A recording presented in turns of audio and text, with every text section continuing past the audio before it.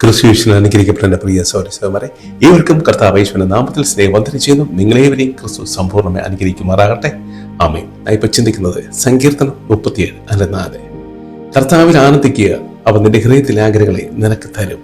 Hallelujah. കർത്താവിനെ അന്വേഷിക്കുക, അവനെ കണ്ടെത്തുക, അവനെ ആരാധിക്കുക. അങ്ങനെ ദൈവാനുഭൂതി ലയിച്ച് സന്തോഷിക്കുവാൻ ദാവീദ് നമ്മോട് ഈ സങ്കീർത്തനത്തിലൂടെ ആഹ്വാനം ചെയ്യുകയാണ്. ഹല്ലേലൂയ.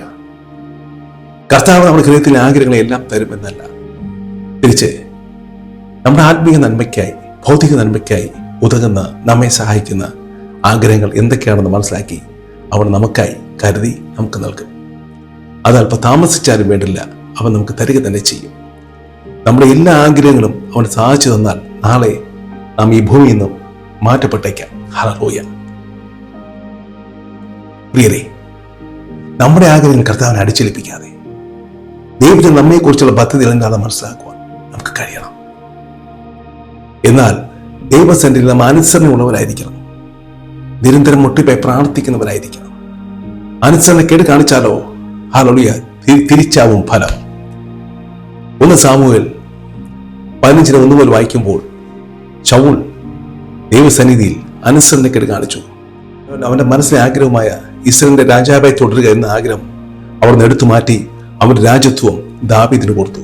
ഹല്ലേലൂയ.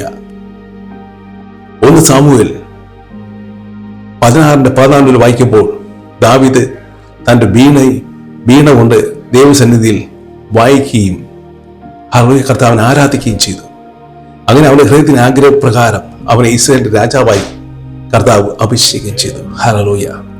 പ്രിയ സഹോദരങ്ങളെ, കർത്താവിന്റെ തിരുസന്നിധിയിൽ അനുസരണമുള്ളവരായിരിക്കണം. നന്ദി നിറഞ്ഞവരായിരിക്കണം. ദൈവ തിരുസന്നിധിയിൽ കൃതജ്ഞതയുള്ളവരായിരിക്കണം. ഹല്ലേലൂയ.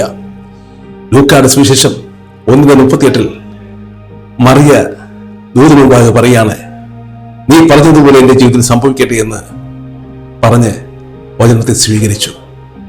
ദൈവീയ ആലോചന സ്വീകരിച്ചു. ദൈവീയ ആലോചന അവളെ സന്തോഷിച്ചു. അങ്ങനെ ദൈവത്തിന്റെ അമ്മയായി മറിയ മാറി. ഹല്ലേലൂയ.